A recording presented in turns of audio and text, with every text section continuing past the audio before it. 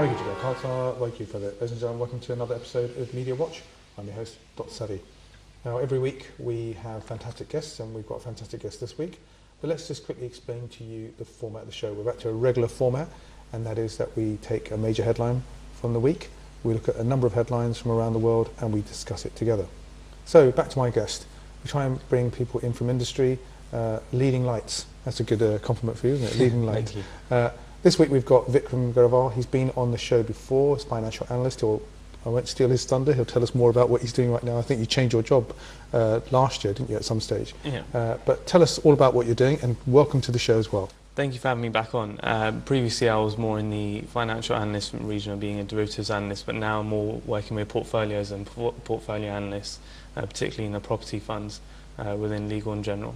So it's a great experience, and I'm really enjoying it. Yeah, fantastic. Yeah, and remind me, what were you doing before that? There was another job you did, wasn't there? Yeah, I was at Bloomberg as a derivatives analyst, so mainly analysing derivatives in the European region, European markets. Okay, so my statement about leading light is good. Well, it's very complimentary. I really appreciate it. You're welcome. So we will tap into your knowledge in a bit, because we'll be talking about a number of issues, especially with regards to this week, where we have specific information about what's happening on the Greek financial points.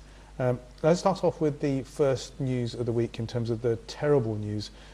We saw the sad deaths at the hands and the vicious hands of ISIS of two people that they had kidnapped. An ISIS video showing the horrific killing of a Jordanian Air Force pilot has stoked anger in the Arab kingdom and left analysts wondering what impact it will have on the US-led coalition. This coalition is fighting the militant group, and Jordan has already carried out one act of retaliation by executing two terrorist prisoners with ties to Al-Qaeda in Iraq. Now, King Abdullah, who's the person that runs that country, has pledged to a massive, relentless war on Islamic State, and to step up his country's role in the US-led coalition after this brutal murder. So the real question I wanted to ask was, obviously there's a lot of statements being made, you know, they're very quick to execute on the other side, to kind of an escalation of violence. Any violence of any part is terrible, you know, people dying is terrible. Mm-hmm. In this case, the brutality of the way that they treated those people, and there are other prisoners that they've taken, you know, they call them prisoners, but they're not actually prisoners, they kidnapped people, but in their eyes, they're not treating them as humans, and then they're kind of really trying to provoke a global reaction. Especially, I think today in the press we've seen there's been criticism of the UK of not actually doing enough to actually provide, if you compare it to other countries. Do you think that we're ever going to get to a situation where they sit around a table and talk about things, or do you think it will get even worse where they'll actually bomb them completely? Well, I think last time I came on this show, we were talking about the aeroplane that got attacked by the Russian missiles, and really the brutality of this attack takes it another step further, which we probably didn't perceive or think would happen. More needs to be done. I mean, the King Abdullah, the reason why the Jordanian pilot was attacked and burnt very brutally was because he's such a strong ally of the West, and he's always stood beside the US and the UK in the fight against ISIS. And he actually has his own people in his country now questioning why he has allegiance towards them, and was that a step too far after seeing that brutal So you're saying he's getting criticism from his own country? Absolutely, yeah, in recent days, which I find really surprising, because if anything, that should spur the world on and really wake up the UK, which needs to do a lot more, which you are absolutely right about, the US and all these other allies, to really sit at a table and talk about how to tackle ISIS before this problem becomes even bigger. Because ISIS message is to anyone that wants to join them: just pick up a knife or any weapon and go outside your house and start attacking people. So they really want to empower every single person and give them opportunity to inflict as much damage as possible. This is a huge danger to our society, within the UK and abroad. We've seen so many people, and Jihadi John, for example, in all those beheading videos, and so many people that have gone from this country to go help Islamic State. It's really surprising. So we need to look at the core reasons why our young people here are finding the need to be radicalized so easily and going abroad, and what we can do to prevent that, and also how we can step up our efforts, not just as a country, but as a global community, to attack this awful disgusting organisation that is ISIS. But so my question really related to the fact that, if you look at in the past where you've had certain groups, and sometimes there's splinter groups, Yes. Extreme elements, and then they're brought to the table to try and settle things down. What it appears to me is that this particular organisation, we use the term relentless on one part, they're relentless on their part to cause maximum exposure and provocation. So I just wondered if there's anything we can do, because it's interesting when you mentioned this, and I said it earlier on about whether or not in proportion to other countries. So they always have this underlying thing that says not necessarily troops on the ground, unquote. I heard that this morning in the headlines. So if it's not troops on the ground, is it sanctions? Is it some other way in which they can do things? Is it more military intelligence? What can other countries, as well as the United Kingdom, do more to try and shut this thing down, especially if they haven't got troops on the ground? Right. Well, ISIS are an entity that we haven't seen before. They're not like Al-Qaeda in a particular country in Afghanistan, the mountains, or in Pakistan. They're spread everywhere. They're attacking governments, whether it's Syria, whether it's Egypt. They've attacked plenty of countries in that region. So sanctions, economic sanctions that are used on Russia and other extreme countries or organizations, they wouldn't really work with them. They're very fluid. They can disperse into local society and then come back together and cause havoc. So I think troops on the ground is the only way forward, and military intelligence. But I think our government is slightly reserved with the election coming up in May. Is it because they're scarred from previous Iraqi entries, exactly, where they have not necessarily been as successful as they originally thought they would be? Exactly. And plus also you've got this big delay. You want to talk about that? The delay with regards to the report? Yeah, well, I mean, you hit the nail on the head there about the convenient delay in the Iraqi inquiry coming out and the weapons of mass destruction never actually being found. Or recordings that are not going to be made public? Not yet, not until after the election, for whatever reason. I mean, you can make your conclusions. Maybe the political figures that are in Westminster now fighting for their seats are probably culpable in some way or the other. Some retiring ones definitely are. But in terms of putting troops on the ground, I don't think any political, I'm sure David Cameron will not put his party at risk by sending out more troops and potentially losing more soldiers. But the counter that against, I mean, we'll move on to another story in a minute, but counter that on the fact that what is the impact of not doing that? Is there potential that it gets even worse or they penetrate even more? I'm not scaremongering or anything, I'm just saying that they seem to be spreading, although actually in the press recently there was articles saying that they had actually been contained a bit more. They were actually retreating a bit more. Yeah. So obviously there are some kind of attacks that seem to be doing some kind of impact on that whole situation, but they are in certain parts. And the politics are not clear on this because obviously the Syrian issues as well, isn't there? See, that's a precarious position.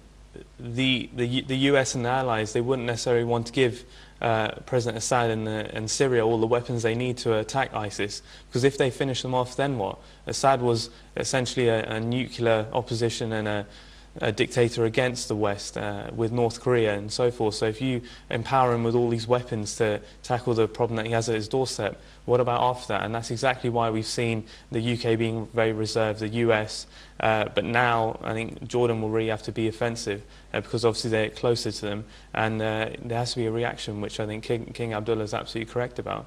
And I mean, we just have to look at our own example. We're all Sikhs. We're all very thankful to all our gurus that they gave their lives for equality, freedom, religion, and these are all being tested now by ISIS 400 or 500 years later. Someone said when we had a guest on last year, they were saying that there's a return to barbarism, and kind of barbaric behaviour, even at the time of the Mughals, it was just absolutely, terrible. The ethnic cleansing aspect. Well, I mean, look at what happened to Guru Arjan Dev Ji. For no reason, he was beheaded and boiled in hot water and then thrown into cold water.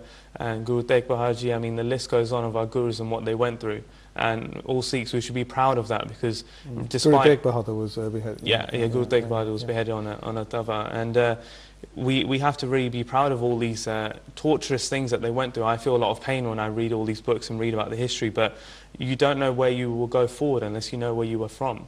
And we have to understand the sacrifices they went for and their messages, because they're forever relevant, whether we're in 2015 or back in the time when they were there. And we said this on the previous show, that Sikhism is one of those religions where people give their lives for freedom of others. Yes. Not necessarily, the freedom for others to kind of make sure that they can have their own religions. The freedom to be a person follow your own faith. Well, I mean, look Yeah. at Guru Tegh Bahadur. He didn't give his life for Sikhs. He gave them because the Mughals, they were all oppressing Hindus. That's right. And he stood for the right for them to just, everyone to practice their own religion, not just Sikhs. And he was the first person to ever do that. And that was a huge step that the whole world really saw. Guru Gobind Singh gave his entire family. Yeah, it was his granddad, his dad, and his kids, obviously. Absolutely. Yeah. So let's move on to next story. And one of the things that we have at the moment is I noted a interesting headline in The Guardian about, and also it was also a feature in BBC Online as well, the BBC News channel was saying the Greek finance guy was saying, please don't embarrass us in public, because there is a party that's come to power in the last couple of weeks which don't necessarily believe in the austerity measures. Now, the UK seems to have followed that, the US not so much. And I sort of kind of knock on your door about your financial knowledge. So, is one answer to print money, is another answer to actually think about investment in certain areas. Because for me, when I look at it, and I've got some figures here, I said, well, when I was reading up on this, is in the last 15 years, inequality has spiraled. If the national minimum wage has kept pace with this, with the FTSE 100 CEO salaries since 1999, it would now be £18.88 per hour instead of £6.50. However, for some reason, broadcasters really ask this question to CEOs about why is there such a massive gulf between what you're earning as a CEO and what people who work for you do. Now, it's a related point, because ultimately, if you say you can't get a pay rise, but the fuel prices are going up, even though if you look at the fuel prices of, certain companies, a couple of weeks ago said, oh, well, we won't actually put the prices up, or some of the prices may come down, but we'll delay it after a certain point, especially when you think about the fact when it gets into spring, you're probably going to use less, especially if you live in this part of the world. Exactly. Or, you have the kind of cycle where it's winter in the early part of the year. I thought it's quite interesting that if you look at that, this benevolence of this kind of 1%, there doesn't seem to be a policy of saying, why is the rich getting richer and the gap is there, and the pressure seems to be on more and more austerity to try and control the economy, whereas actually there's a load of people down here making loads of money. Should we necessarily tax those rich people? Well, it's funny you mentioned that. On Wednesday I was at a event with Alistair Darling, the former Chancellor of the Labour government before they were put out of office in 2010, and he actually mentioned that he left a growing economy despite the crisis, despite all the turmoil that was going around the UK and the rest of the world. He left a growing economy, and I'm an advocate of him. I appreciate what George Osborne done. He's a very well-claimed Chancellor. He's done some really brilliant things for our country, but the route from giving prosperity to everyone and putting money into infrastructure, whether that's through schools, hospitals, roads, housing, which was very much central. But how much should we listen to these people? I don't know necessarily much about Alistair Darling's background, but if you look at some of these people that are in power, a lot of them come from the same school. Some of them haven't had jobs, like real jobs, for long. Or even David Cameron, I think, hasn't necessarily worked in lots and lots of companies. So, and although ironically, what will happen when they do retire is they'll end up on boards of companies because they've got the experience from being in government. But if you look at it, a lot of politicians, I mean, look at these people that run health. What is their qualification? They're not doctors. They haven't necessarily worked in the health industry, and we're asking these politicians to get into positions where they're making decisions about people's lives and cutting certain services, like A&E and others. So even in that case, if you look at George Osborne, I'm sure he's going to kind of gloat on the fact that he's, or any politician would, in terms of percentage growth.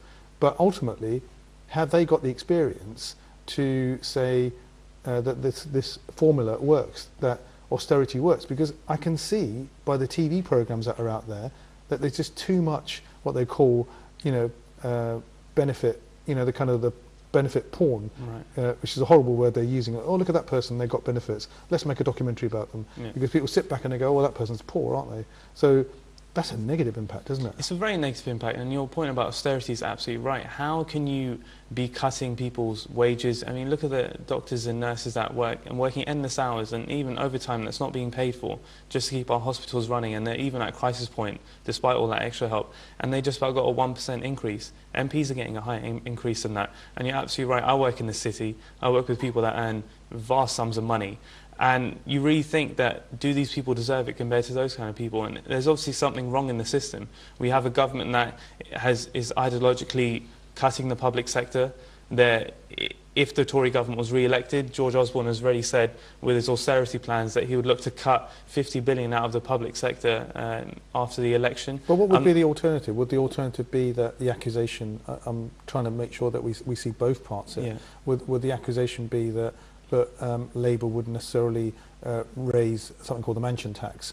And so is that one answer? Because in that one way, you can't get in if you've got a lot of people saying, actually, we're not going to vote for that because that's going to hit their kind of purse strings, isn't it? Yeah, you look at the mansion tax as a prime example. Mansion tax is projected to raise 2 billion purely for the NHS, but the NHS will have a 30 billion black hole in it by 2020. So the mansion tax is purely, it's just a dot for the whole problem that we have overall. The alternative would be, and I've said it before coming on this show, you need to invest in infrastructure, you need to put money into the economy to get people jobs, to get the public sector working, not for inefficient reasons like we've seen in Greece and other countries like that, but to really get people back into working, no zero-hour contracts, really stop people relying on food banks. We're living in Britain. We're supposed to be one of the most prosperous countries in the world. That is a hidden fact, isn't it? It's a very hidden fact. The hidden fact that there are so many food banks, there are so many people reliant on food that's left over, and there are a lot of charities, there's a lot of Sikh charities that do a lot of work with the homeless. I know SWAT do a lot of work, they go out there, and there was another, I mentioned something recently, I saw it actually, I'll mention them, they're called Sikh Connections, and they did a coat campaign where they had lots of coats and people gave coats and they went out and go, which I think was really nice. SWAT are a brilliant organisation that help and donate to the poor so often, but the fact that we have such a vast amount of people going to food banks in 2015 and 2014 in Great Britain, it shocks me. And as you said, if pay was going along the FTSE 100 or the people that run that company, they're seeing wage growth of between 32 and 48%, when everyone else in real terms have a 0% growth since 2010. And I mean, the long-term economic plan that is being branded around in the Commons and by the Tories and also Lib Dems, it's complete. What is based off it is nothing. The oil prices, the drop in them, no one expected that, or no one factored it in. Inflation is so low in our country. Because the argument is also that if you got a percentage increase in terms of the fact that there's growth, it's because people got more money in their pockets because they're not spending so much money on fuel, and therefore that money's going back into the economy. Whereas really, that's actually artificial. It's absolutely artificial. It's completely artificial. It's just there's a slight rise in that percentage. But it's not really actually driven by necessarily creating wealth. It's because of the oil price, isn't it? Yeah, it's purely because of a record low oil price level, which went from $118 a barrel down to 47. I know it's bounced back to 54 this week, but I don't see it really going above that too much in the near future. But you cannot really see that economic factor for being the reason why the long-term economic plan is working, or inflation is at an all-time low because the economy and because of the Chancellor. That's not the case at all. I mean, if you look at Alex Salmond, for example, with the referendum campaign, he built their whole financial budget purely on oil and the North Sea gas reserves that they have. And he said anyone that would, and again, I was talking to Alistair about this, anyone that would think that oil will go below $114 a barrel, this is only a few months ago in September, November, when the referendum was going, is absolutely insane. Now we're seeing it at these kind of levels. So no one factored that in. No one can factor that in. No, but I mean, if you keep cutting and keep sticking to this austerity measures, we're going to see us going effectively back, to the 1930s, 1940s. There needs to be responsible spending. We need to bring the deficit down. And I think we're not like Greece, who have it at 240% of GDP, but we need to bring it down. But so we've been talking about the economies on this side. If we look at the tiger economies, or that's what they used to be called, let's move on to the next part, the final part of the show. Sure. We've got a story here about a senior Indian civil servant has resigned after reports that he interfered with police investigation into a major financial scandal. Reports say that Anil Goswami had tried to halt the arrest of a former minister in connection with a multi-billion-dollar Ponzi It's quite a nice name, isn't it? Ponzi. I'll get you to explain that in a minute. Ponzi scheme then went bust in 2013. Now, a couple of questions, right? Number one, what does Ponzi mean? Right. This is a bit weird as a word, and some kind of pyramid thing, isn't it? We'll explain that in a minute. Secondly, corruption on that level, right, is just ridiculous, isn't it? I mean, this country is supposed to be, developing its economy, becoming an industry, kind of leading top 10, 15, whatever you want to call it, country in the world.